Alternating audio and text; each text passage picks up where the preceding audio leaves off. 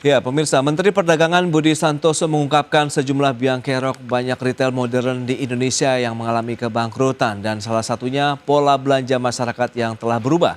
Jika sebelumnya setiap bulan rajin belanja bulanan, kini pola tersebut telah berubah ke mingguan dengan jumlah yang sedikit.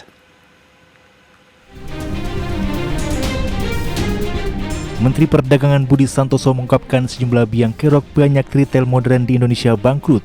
Seperti diketahui dalam beberapa bulan terakhir banyak retail modern yang telah tutup gerai, baik secara permanen maupun diambil alih oleh perusahaan lain. Adapun penyebab saat ini banyak retail modern yang hanya mengandalkan bisnis untuk kebutuhan masyarakat. Oleh karena itu banyak retail modern yang sulit bertahan. Adapun saat ini pola belanja masyarakat telah berubah. Jika sebelumnya setiap bulan rajin belanja bulanan, kini pola itu telah berubah ke mingguan dengan jumlah yang sedikit. Pola itu menyebabkan masyarakat hanya berbelanja ke retail terdekat saja. Kemudian mal atau departemen store juga dapat gulung tikar jika tidak memenuhi kebutuhan hiburan untuk konsumen. Menurutnya saat ini pengusaha retail dan mal harus dapat melihat perubahan pola belanja dan aktivitas masyarakat jika ingin bertahan. Tim Liputan, IDX Channel.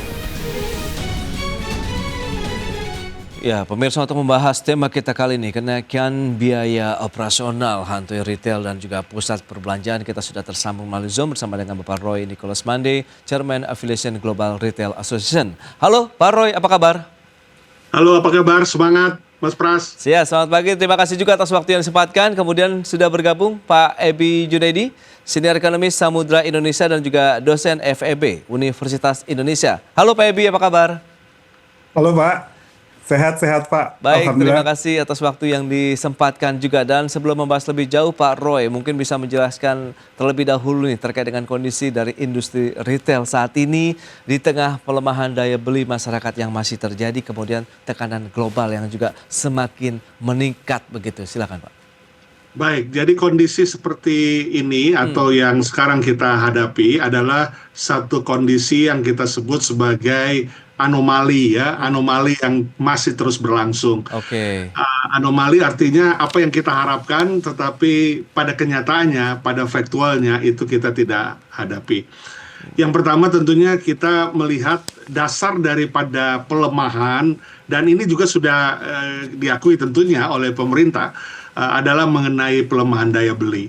Pelemahan daya beli ini tentunya kalau kita ukur sudah banyak yang menjelaskan mengenai berbagai indikator, diantaranya indeks kepercayaan konsumen yang juga melemah, kemudian juga PMI, kemudian juga ekspektasi konsumen juga masih tentunya tidak signifikan, dan itu semuanya sudah dijelaskan dan memang terukir dengan pertumbuhan ekonomi kita dan juga inflasi kita.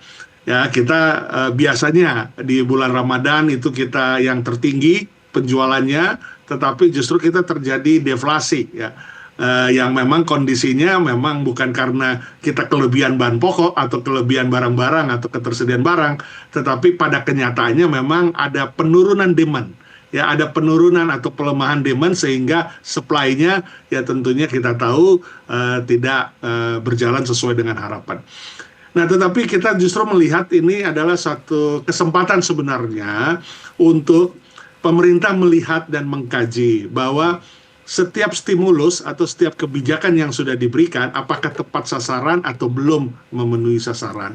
Kita tahu sudah ada 3 stimulus yang diberikan dari awal tahun dan yang masih berlangsung sekarang ini misalnya yang berkaitan dengan bantuan langsung tunai, kemudian juga subsidi untuk bahan pokok ya, bantuan bahan pokok untuk yang kelompok marginal yang sejumlah hampir sekitar 18 juta.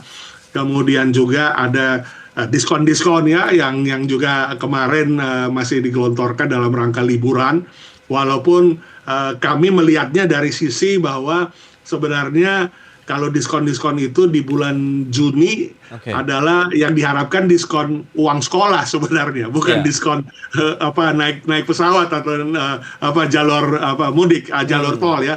Yang mereka biasanya kalau liburan mereka mudik atau pulang berharap pakai tol sehingga dapat diskon dan itu diharapkan daya beli. Tapi sebenarnya yang fokus adalah sekarang masyarakat lebih memikirkan juga untuk bagaimana nih mau bayar uang sekolah ya, sehingga ada yang kami melihat dari kacamata kami pelaku usaha yang sudah tepat sasaran, ya bantuan sosial, ya segala sesuatu yang berkaitan dengan direct fund ya kepada masyarakat ataupun bahan pokok itu tepat sasaran. Apalagi kalau ada diskon listrik ya diskon listrik yang masih juga berjalan itu pasti tepat sasaran. Tapi kalau yang diskon-diskon ini, apalagi diskon belanja sekarang ini bukan orang mau belanja, orang malah mau hemat, bukan spending tapi saving.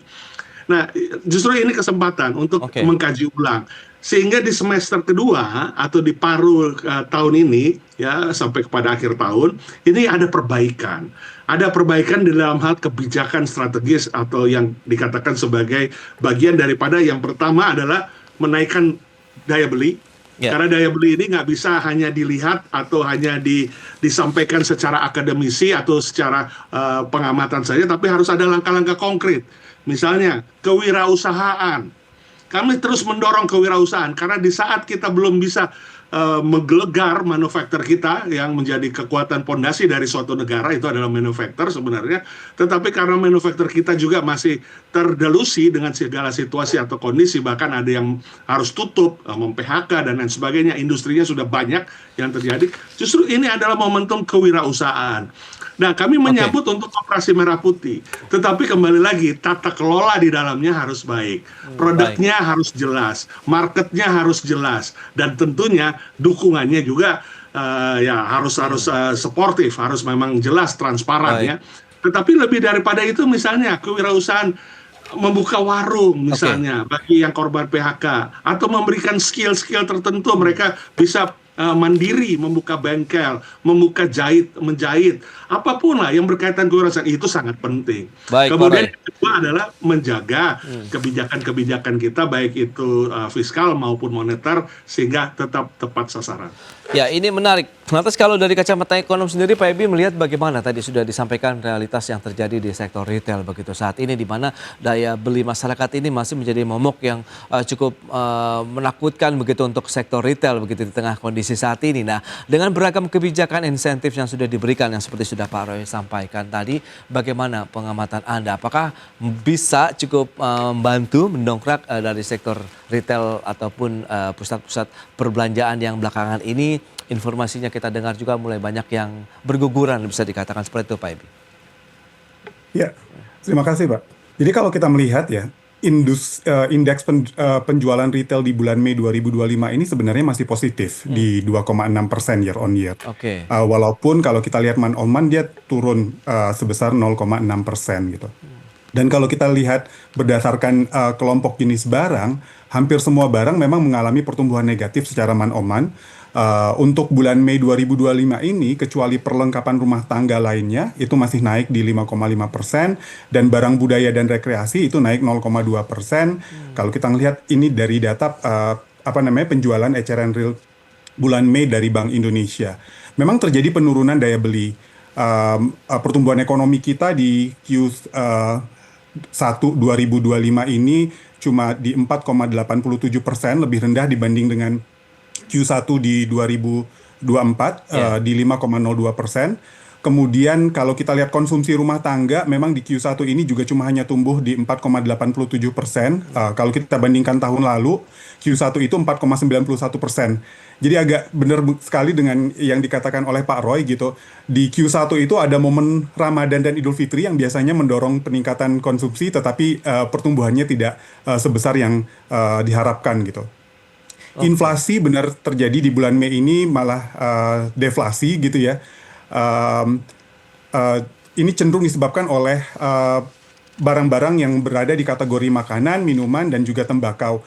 Inflasi tahunan Indonesia di 2025 ini berkisar di 1,5%, berbeda di 2024 yang masih di 2%. Nah, pada saat yang sama kita juga melihat bahwasannya terjadi penurunan daya beli juga akibat dari middle class kita yang turun dari sekitar 57,3 juta orang menjadi cuma 47,85 juta orang di 2024 ini. Jadi walaupun BPS mengklaim bahwasannya terjadi penurunan kemiskinan dari 9,36% menjadi 9,03%, tetapi ini tidak mendongkrak terjadinya pembelanjaan retail yang besar kepada retail-retail yang bersifat fisikal. Jadi kalau kita tanyakan lagi penyebabnya apa, ya retail-retail tersebut tutup karena sebagian besar dari konsumen kita itu shifting ke e-commerce gitu. Jadi pada tahun 2004 ini saja ada 202 juta orang yang memiliki akses atau menjadi pengguna e-commerce, sekitar 74% dari populasi Indonesia, dan kenaikan transaksinya itu di sekitar 35% sejak 2022. Jadi nilai transaksinya juga tinggi, dan memang kebijakan pemerintah kita harapkan bukan hanya terjadinya daya beli dengan penurunan PHK umpamanya, tetapi sesuatu yang lebih fundamental yang bersifat jangka panjang gitu. Kalau tadi ada program-program prioritas pemerintah yang bersifat jangka pendek seperti PKH, bantuan pangan non tunai, BLT, kemudian BBM, MBG juga termasuk. Tetapi sesuatu yang jangka panjang juga penting untuk dilakukan, berupa perbaikan iklim peningkatan investasi dan iklim usaha, juga diversifikasi industrialisasi pada sektor yang menyerap banyak tenaga kerja, dan setuju sekali dengan pernyataan Pak Roy. Manufaktur itu perlu sekali juga untuk kemudian menjadi konsentrasi pemerintah untuk perbaikan policy di bidang di sektor tersebut. Ya, beberapa upaya strategis tadi yang sudah disampaikan begitu yang sebaiknya dilakukan dari sisi bagaimana meningkatkan daya beli masyarakat, sehingga kita tahu dengan adanya penurunan kelas menengah ini tentu menjadi PR tersendiri begitu yang terjadi di masyarakat terkait dengan kemampuan konsumsi begitu, apalagi saat ini ya lebih mengutamakan bagaimana kebutuhan lebih kepada bahan pangan tentunya. Dan kita akan lihat di Januari sampai Mei 2025 ini ada 500-an gerai retail yang harus tutup begitu. Seperti apa penyebabnya, kemudian bagaimana ya yang harus dilakukan begitu. Kita akan bahas lagi di segmen berikutnya. Pak Roy, Pak Ebi, kita akan jeda dulu sebentar. Pemirsa, kami akan segera kembali sesaat lagi.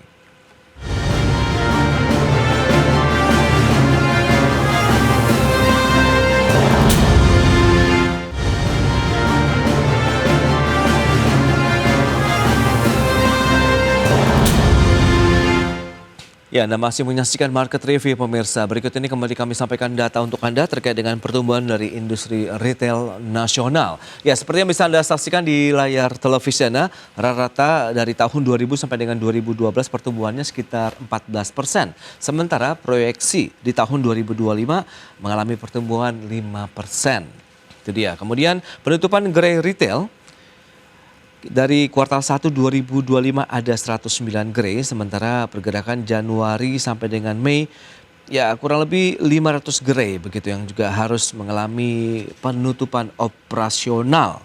Baik, itu dia beberapa data yang sudah kita sampaikan. Lanjutkan kembali berbincang bersama dengan Bapak Roy Nicholas Mande dan juga Bapak Ebi Junaidi. Nah, Pak Roy, kalau kita cermati dengan beberapa informasi tidak jauh berbeda, berarti memang kondisi yang menyebabkan tekanan terkait dengan sektor retail tadi adalah daya beli masyarakat seperti yang juga sudah disampaikan oleh Pak Ebi Junaidi. Nah, lantas apa yang menjadi trigger, penyebab utama begitu dari penutupan gerai retail tadi? Apakah memang biaya operasional yang membengkak, kemudian apa memang penurunan daya beli masyarakat, atau shifting tadi yang Pak Ebi katakan kepada belanja online atau e-commerce? Ya, saya mau sebutkan kalau yang tadi kan kita sudah jelaskan mengenai penurunan daya beli, dan itu yang tidak bisa denial oleh siapapun. Baik itu pelaku usaha, akademisi, komunitas, pengamat, bahkan pemerintah harusnya sudah duduk bersama-sama sebagai pentahelix untuk membicarakan bagaimana nih daya beli. Karena ini sesuatu bukan hanya perlu diamati, perlu dilihat, kemudian perlu disampaikan, tapi lebih daripada itu harus langkah konkretnya apa, A to Z-nya apa untuk peningkatan daya beli. Ya. Nah, kemudian yang kedua, kalau tadi disebutkan ada beberapa gerai tutup, itu bukan soal hanya daya beli. Nah, ini masuk poin kedua. Tapi meningkatnya juga beban sewa. Beban sewa atau biaya sewa yang biasanya oleh para retail itu, baik itu di malls maupun juga itu di stand alone yang berdiri sendiri, merasakan atau meninjau kembali mengenai beban sewa. Kita tahu bahwa ketika ekonomi dalam suasana yang anomali, ya, penuh dengan tantangan, baik itu overseas ataupun domestik, ya, dengan kondisi situasi yang setiap orang sudah bisa baca, sudah bisa ketahui, maka pemilik tanah juga tentu menaikkan sewa, ya. Karena apa? Karena mereka ingin juga ada pemasukan yang bisa lebih yang dibayarkan sehingga mereka punya saving. Oke. Nah, itu yang terjadi beberapa lokasi yang kita amati di para teman-teman retail, bahwa mereka harus membayar sewa lebih ketika mereka akan lakukan perpanjangan. Ya. Kemudian juga beberapa situasi atau kondisi di mana itu nggak bisa ditawar lagi. Nah, itu yang membuat akhirnya sudah month to month ataupun year on year-nya ya same sales growth. Kalau di dalam retail itu ada same sales growth-nya yang turun 15-20% dari tahun sebelumnya, kita mengalami penurunan ya. Nah, basket size belanja itu. Nah, otomatis ketika sewanya juga naik, mau tidak mau, cut loss adalah pilihan yang utama. Ya, kita pindahkan, kita realokasi. Jadi penutupan itu bukan hanya soal bahwa retailnya mati, belum tentu retailnya mati, tapi justru karena ada transformasi pemindahan-pemindahan yang ala per retail itu melakukannya. Kemudian kita tahu juga peningkatan biaya logistik itu masih terjadi ya. Kemudian peningkatan gaji minimum regional juga itu kan menjadi suatu tuntutan yang memang harus dipenuhi sebagai mandatori ya, yang juga harus kita balance ya. Kemudian juga ada ya kaitan retribusi daerah, masing-masing daerah punya cara, punya model di mana retribusinya itu nggak standar. Ada yang naik, ada yang sama, tapi nggak pernah turun. Sama iya, naik ya, lebih banyak. Nah, itu juga tentunya mengalami membuat dehidrasi di dalam sektor retail. Ya, kemudian juga yang berkaitan dengan tentunya insentif atau stimulan yang tidak dan belum langsung kepada retail. Saya ambil contoh, beban biaya listrik.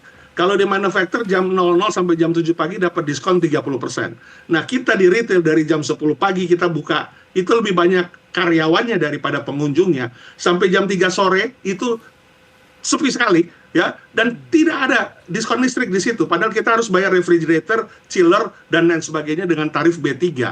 Masyarakat segmentasi retail belanja sore ya, sore ke malam hari mereka setelah pulang. Nah, ini kondisi ini kita belum pernah rasakan. Bahkan di zaman COVID pun kita nggak pernah dapat diskon listrik itu. Ya, kemudian juga diskon subsidi terhadap misalnya tenaga kerja, subsidi upah. Ya, kalau di manufacturer suatu hal yang umum terjadi, tetapi di dalam sektor padat karya kita juga yang disebut sebagai padat karya dan padat modal karena kita juga merekrut tenaga kerja yang signifikan, itu nggak pernah terjadi subsidi upah. Nah, poin-poin itu yang keberpihakan terhadap sektor retail itu memang belum signifikan dikaji, bahkan juga dikonkretkan dalam menjaga keutuhan sebagai pendukung kontribusi PDB kita. 52% kita punya pertumbuhan ekonomi dikontribusi oleh konsumsi rumah tangga yang diantaranya dilakukan masyarakat di retail. Baik Pak Roy, menarik juga kalau kita cermati ini ada data BPS menunjukkan sekitar 33,3% penduduk usia produktif di Indonesia ini merupakan pengguna e-commerce dan angka ini meningkat 12% kalau kita bandingkan dengan tahun sebelumnya. Nah Pak Ebi, Anda melihat bagaimana kalau kita cermati juga 37,7% aktivitas perdagangan saat ini dilakukan secara elektronik. Berarti kan kita tahu ini era digital yang kita tidak bisa hindari keniscayaan ini bahwa memang menjadi suatu hal yang harus dihadapi oleh banyak pelaku usaha. Anda melihat bagaimana Pak Ebi? Ya, benar sekali. Kalau kita melihat memang kalau tumbuhan retailnya masih positif pembelanjaannya gitu ya. Tetapi shifting ke e-commerce itu yang kemudian menyebabkan retail-retail yang fisikal itu menjadi harus tutup dan tidak menjadi relevan kemudian gitu. Kalau kita melihat juga pada saat yang sama memang enabler dari masyarakat untuk bisa melakukan kegiatan-kegiatan e-commerce juga itu meningkat sekali gitu. Umpamanya kita lihat penetrasi internet kita itu udah mencapai 79,5% dari populasi kita gitu. Kemudian pembayaran digital juga menjadi sangat lebih mudah gitu. E-wallet seperti GoPay, OVO, Dana itu tumbuhnya sampai dengan 31% year on year di 2024 gitu. Kemudian kalau kita lihat juga Kementerian Koperasi UKM mencatat lebih dari 22 juta UMKM juga telah menggunakan platform digital gitu. Jadi mau tidak mau ini adalah game changer yang kemudian retailer juga harus melakukan upaya untuk shifting menjadi digital juga gitu. Karena masyarakatnya sendiri, perilaku masyarakatnya juga shifting into digital gitu. BPS memang mengatakan bahwasanya konsumen digital Indonesia itu sekitar 50% itu didominasi di usia 20 hingga 39 tahun. Dan produk yang biasanya dibeli itu produk fashion, makanan, elektronik yang kemudian memang terdampak sekali retail-retail yang produk yang mereka jual di gerai-gerai fisik mereka itu adalah produk-produk ini gitu. Nah, pada saat yang sama kita juga melihat ada beberapa retail yang juga tetap sanggup untuk hadir bahkan ekspansi gitu. Jadi yang tidak lupa juga kita harus emphasize bahwasanya membuat produk mereka relevan, membuat retail mereka relevan itu menjadi sesuatu yang bisa mengubah atau bahkan menjadi syarat mereka untuk kemudian tetap menjadi relevan dan menjadi apa namanya bertahan di era yang ada sekarang gitu. Kita melihat beberapa retail fashion, kemudian beberapa penjual retail yang menjual pecah belah gitu, yang semakin ekspansif di apa namanya di masyarakat kita di tempat-tempat perbelanjaan. Oke, itu dia. Memang kalau kita lihat dengan perkembangan yang semakin signifikan ya terkait dengan digitalisasi ini menjadi tantangan tersendiri bagi sektor retail Indonesia. Meskipun Pak Roy tadi mengatakan bahwa memang tidak semuanya tutup begitu ya atau gulung tikar, tapi memang ada yang melakukan transformasi bisnis ataupun relokasi tempat usaha begitu. Nah Pak Roy, lantas inovasi apa saja yang harus dilakukan pelaku usaha retail nih agar bisnisnya masih bisa tetap tumbuh di tahun 2025 ini? Singkat saja Pak. Ya, jadi tentunya apa yang kita lakukan sekarang memang sudah sesuai dengan kekinian yang saat ini terjadi. Oke. Online sekarang punya offline. Offline semua anggota retail Indonesia punya online. Oke. Dan bisa di-endorse dari aplikasi. Dan ketika kita membicarakan bahwa memang ada pergeseran, ada perubahan perilaku konsumen, baik itu Gen Z yang memang selalu di depan internet, di depan handphone dan sebagainya, itu satu keniscayaan. Tetapi ketika mereka ingin belanja yang experience, harus ke retail. Ya, ketika mereka ingin melihat sesuatu yang bisa dipegang, diamati, dilihat, dicocokin dulu bajunya supaya jangan kelebihan atau kekecilan ketika dikirim oleh e-commerce, itu harus ke retail. Beli ikan, beli sayur harus ke retail. Kalau nggak keburu hitam ikannya sampai di rumah kalau kita pakai online. Jadi ada barang-barang yang nggak bisa di-shifting. Tapi barang-barang yang bisa di-shifting itu adalah elektronik, sesuatu yang murah, sesuatu yang sangat diskon besar, karena itu yang dikejar oleh masyarakat. Nah itu ada shifting. Tetapi others tidak bisa dilakukan dengan online. Dan untuk itu semua offline sudah punya online. Karena sudah kekinian, nggak ada lagi yang offline di Indonesia yang tidak punya online. Dan online pun sekarang berupaya merging dan berupaya juga membuka offline di mall dan beberapa lokasi. Nah, jadi melakukan hybrid, itu yang utama. Hybrid model, atau dalam istilah kami sebut omnichannel. Nah, omnichannel ini sudah hampir sekitar 1 dekade sebenarnya. Sudah hampir 10 tahun ini kita lakukan, tetapi berprogres sesuai dengan transformasi digital itu sendiri. Ya, hybrid itu tentu menjadi satu jawaban. QR payment juga sudah merupakan jawaban. Sekarang orang lebih banyak membawa kartu atau membawa handphone saja daripada membawa uang cash. Nah, ini adalah satu perubahan digitalisasi yang sudah jadi fenomena. Ya, kemudian juga ada retailtainment. Kalau kita masuk sekarang beberapa retail di dalamnya tidak hanya jual baju, jual sepatu, tapi ada kafenya. Ya, ada bisa beli croissant ya di dalamnya. Sambil di sebelahnya akan bisa lihat baju dan lain sebagainya di beberapa mall sudah terjadi. Jadi yang mati itu adalah yang kaku, ya, baik itu malls maupun retail. Tapi ketika malls dan retail mentransformasi, ya, mengikuti zamannya, mengikuti situasi kondisi yang memang diperhadapkan dengan satu keniscayaan, ketika menjadi experience di depan, not only shopping, maka itu akan tetap hidup. Nah, sekarang masalahnya kita di pelaku usaha sudah berusaha semaksimal mungkin, mati-matian nih. Bahkan kita diminta untuk kasih diskon lagi selama bulan liburan ini dari margin kami. Tapi apa yang diberikan oleh pemerintah? Baik. Nah, ini yang kita harapkan, misalnya yang tadi saya sudah sebutkan panjang lebar, ya, diskon listrik, kemudian juga subsidi upah, atau juga potongan pajak PPh secara fiskal. Nah, ini yang diidam-idamkan oleh kita pelaku usaha sebagai yang langsung berhubungan dengan masyarakat di hadapan daya beli yang memang masih melemah dan yang harus ditingkatkan oleh pemerintah. Oke, itu dia beragam inovasi yang sudah dilakukan, transformasi bisnis, kemudian hybrid model usaha begitu ya. Ya. Dari online, offline semuanya dikombinasikan begitu untuk bagaimana meningkatkan awareness lagi masyarakat dan juga lebih mendekatkan masyarakat terkait dengan produk-produk lah terutama yang sektor retail tawarkan begitu. Baik, Pak Roy, Mbak Ebi, sayang sekali waktu terbatas ini, terima kasih banyak atas informasi, update dan juga insight yang sudah diberikan kepada pemirsa IDX Channel pada hari ini. Selamat melanjutkan aktivitas Anda kembali. Salam sehat, sampai berjumpa kembali Pak Roy, Pak Ebi. Salam sehat, Ya. semangat. Salam sehat. Baik pemirsa, 1 jam sudah saya menemani Anda dalam market review dan perbaharui terus informasi Anda hanya di IDX Channel, your trustworthy and comprehensive investment reference. Karena urusan masa depan harus terdepan, aku investor saham. Ya, saya Prasetyo Wibowo beserta seluruh kerabat kerja yang bertugas pamit undur diri. Terima kasih, sampai jumpa.